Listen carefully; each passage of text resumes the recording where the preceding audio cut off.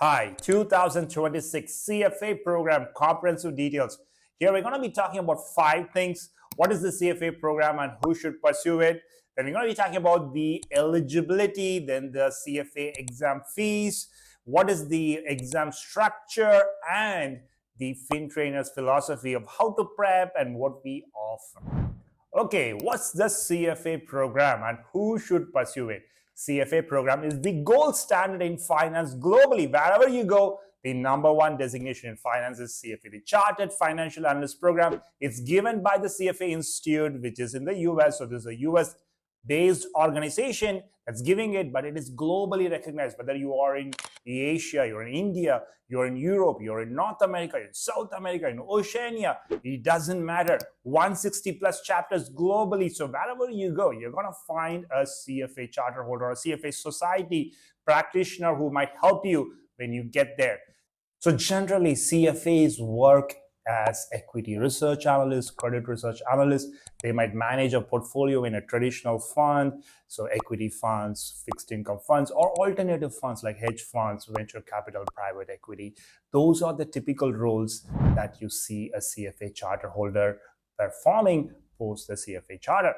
So what exactly is the CFA program about? Who should pursue it? First of all, CFA program is not an accounting designation. So if you want to do accounting, do your CPA or ACC, or if you're in India, CA. This is a 100% finance-based designation. So you're interested in, say, investment management, investment banking, corporate finance, things of that nature, then please do it. If you want to be in accounting, please pursue your CPA or CA or ACCA, that kind of a program. Now, eligibility, who can pursue the CFA program is different from who can become a CFA charter holder. CFA examination, the level 1 exam, can be taken by students who are even in their undergraduate, in their college, in their bachelor's program.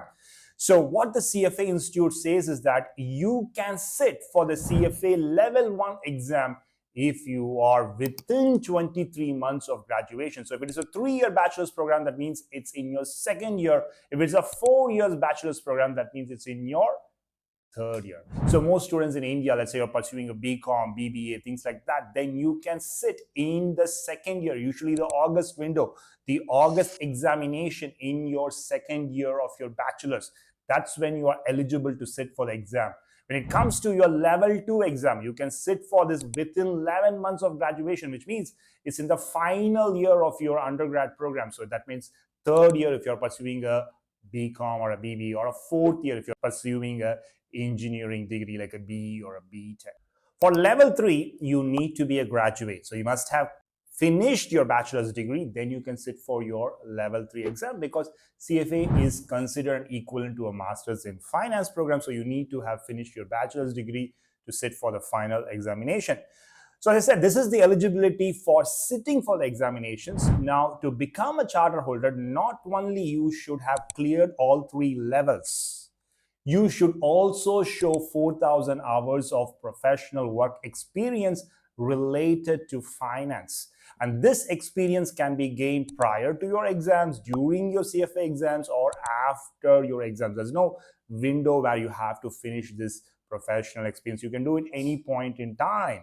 Okay, now if you haven't gained this professional experience, you can still become an affiliate CFA member of that society where you are. Once you have completed your experience, then you can become a CFA full member or a regular member. A lot of the students have this doubts that I am a CA, I am a PhD. Do I get a waiver for one of the levels? There is no waiver, irrespective of whatever might be the overlap with your prior education or designation. You need to clear each levels for you to proceed to the next level. So you need to clear level 1. Even if you are a PhD in finance, you need to clear level 1 before you can go on and sit for your level 2 examination. All right. So now let's talk about the examination fees, the CFA examination fees. It's fairly straightforward. So for your level 1 in 2026 examination windows, it is $1,490 for the standard examination fee. Now, if you can pay this fee a little bit earlier, before what is called as the early enrollment deadline, then the fee is discounted, it's reduced to $1,140. Now, this is the same for level 2 as well.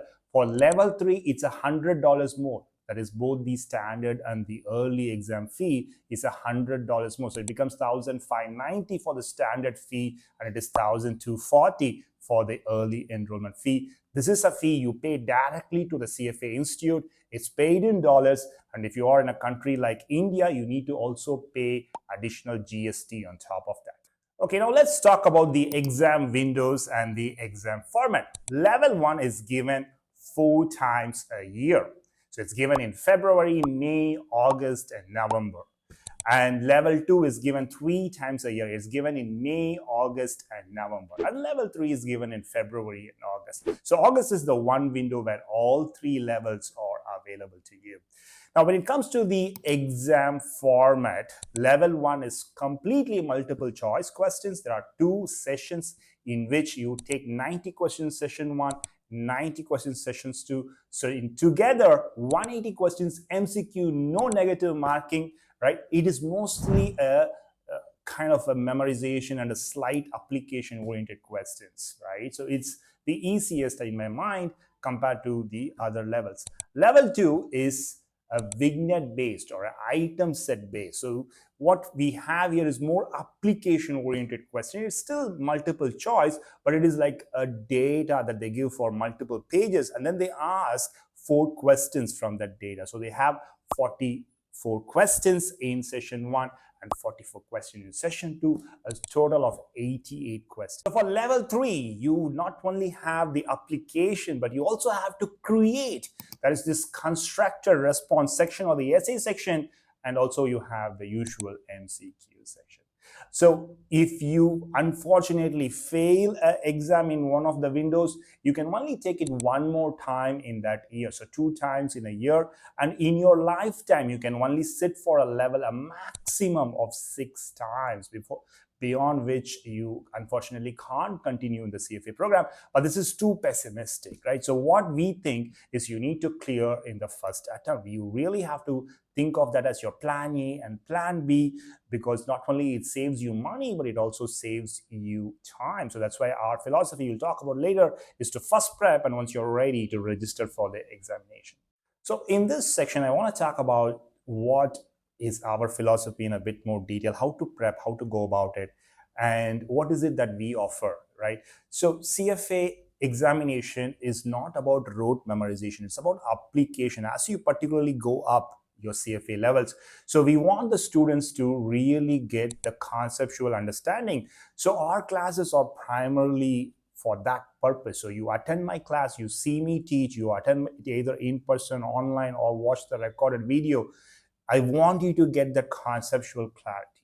Once you have that, you obviously need to practice. So we do a few questions in class, but you need to practice a lot more. So it generally, in our experience, it takes anywhere between 250 to 1,000 hours, depending on the background of the student. So how long a student needs to prep depends on the student. That said, our typical student spends around 600 hours for prep for each level. So it's a lot of work. So you need to really take it serious.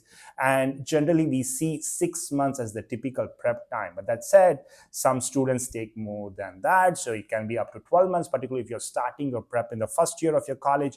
You should plan for 12 months, but some students also can finish it in 3 months. And we have this kind of a condensed batch where we combine these topics in 3 months for some of the students who are studying full-time to finish it. So level 1, we have the recorded classes plus in-person or online option. So we really want you to get that understanding. So if you feel that coming in person, talking with me or your peers, your classmates helps you, please do that. For level 2, it's usually a recorded plus complimentary live, and level 3, we do recorded classes. Like we do provide materials and we conduct tests, mock exams for making sure that you are ready for the examination, right?